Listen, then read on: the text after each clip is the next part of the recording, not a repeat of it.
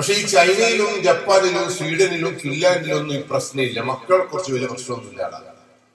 മക്കൾ ട്രൗസർ ഇട്ട് നടക്കുന്നുണ്ടെങ്കിൽ ട്രൗസർ ഇട്ട് നടക്കുന്നതിന്റെ ഭവിഷ്യത്തും അതിനെതിരെയുള്ള ബോധവും എല്ലാ കുട്ടികൾക്കും. ഇവിടുത്തെ കുട്ടികൾക്ക് ഒരു ബോധവും ഇല്ല.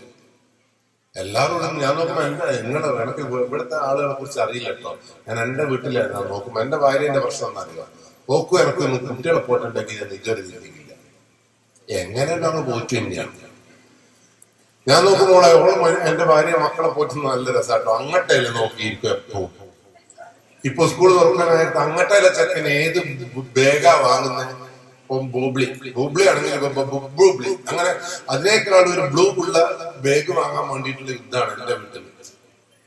ആ കുട്ടി ഏത് ഡ്രസ്സാണോ അതിനേക്കാളും ഗംഭീരമായ ഡ്രസ്സ് കൊടുക്കണം. അങ്ങനെ അങ്ങട്ടയിലേക്ക് നോക്കുമ്പോ എന്റെ അച്ഛൻ അങ്ങോട്ട് എന്നെ പോയി. എനക്ക് ഏത് കോഴ്സിന് പോകണമെന്നൊന്നും എനിക്ക് ഇരുന്നില്ല. SSLC എല്ലാം കൂടി ഉരുണ്ട് മട്ടിയാണ് വീണ്. അപ്പൊ തന്നെ അച്ഛനും അമ്മയും അങ്ങട്ടയിലേക്ക് നോക്കി. എന്റെ അപ്പുറത്തെ ചങ്ങായി 3rd A പോയി. അപ്പൊ അച്ഛൻ പറഞ്ഞു അത്ര ഇല്ല, നീ 3rd B പോയാൽ മതി.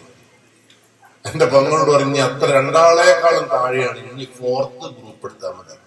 3rd എന്താണെന്നും 4th എന്താണെന്നും ഇപ്പൊ എനിക്ക് എത്തിയില്ല. അപ്പൊ സ്വാഭാവികമായിട്ടും മക്കളെ ഏത് രീതിയിലേക്ക് മുന്നോട്ട് നയിക്കണമെന്ന് പോലും പല പേരൻസിനും അറിയില്ല.